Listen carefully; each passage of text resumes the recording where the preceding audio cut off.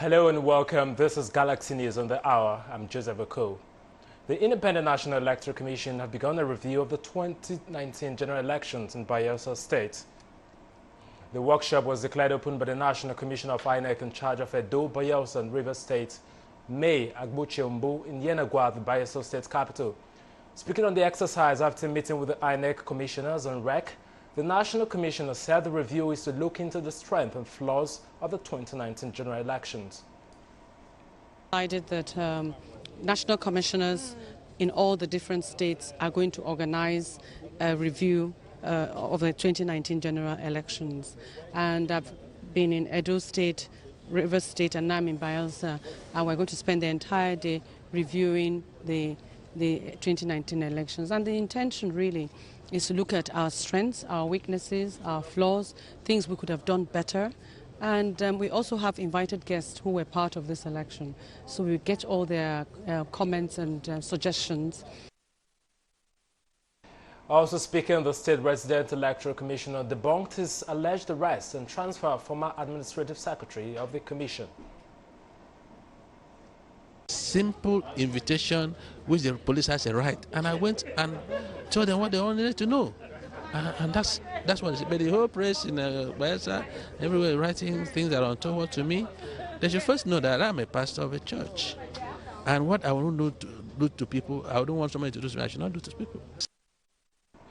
The Independent National Electoral Commission had carried out a review in Edo and Rivers State as part of the consultation with stakeholders.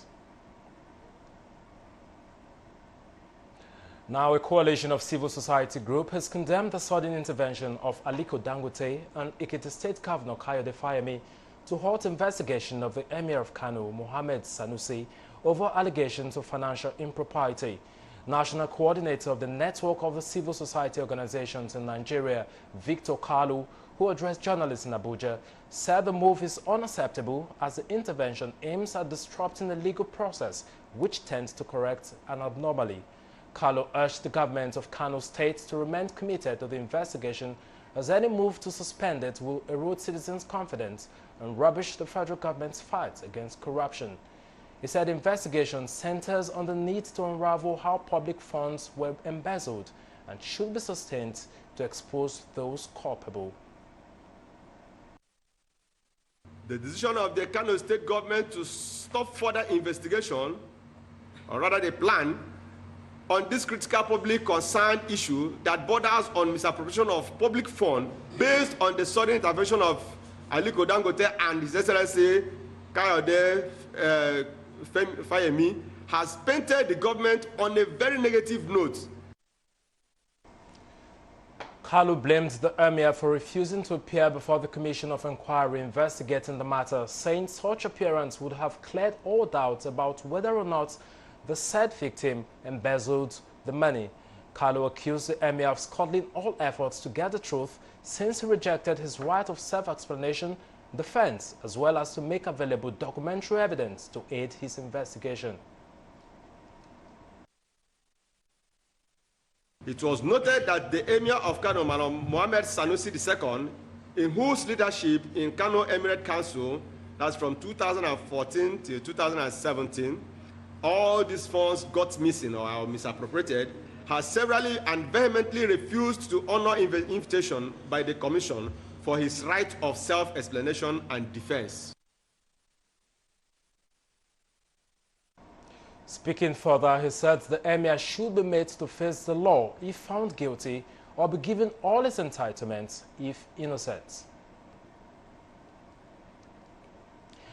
And now President Muhammadu Buhari has stressed the need for peace in Benin Republic.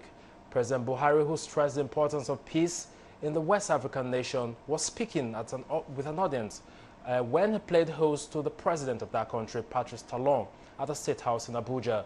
The Nigerian president emphasized the imperativeness of good neighborliness while pledging Nigeria's support towards efforts to reestablish political stability in the West African nation. President Talon, on his part, came to visit the president and to thank him for his support to the country through the years, as well as congratulate him for his re-election as president of Nigeria. President Buhari also received a Sudanese delegation led by Lieutenant General Jamal Eddin Omar Ibrahim, head of the Security and Defense Committee, which came to brief him on the political situation in the Northern African nation.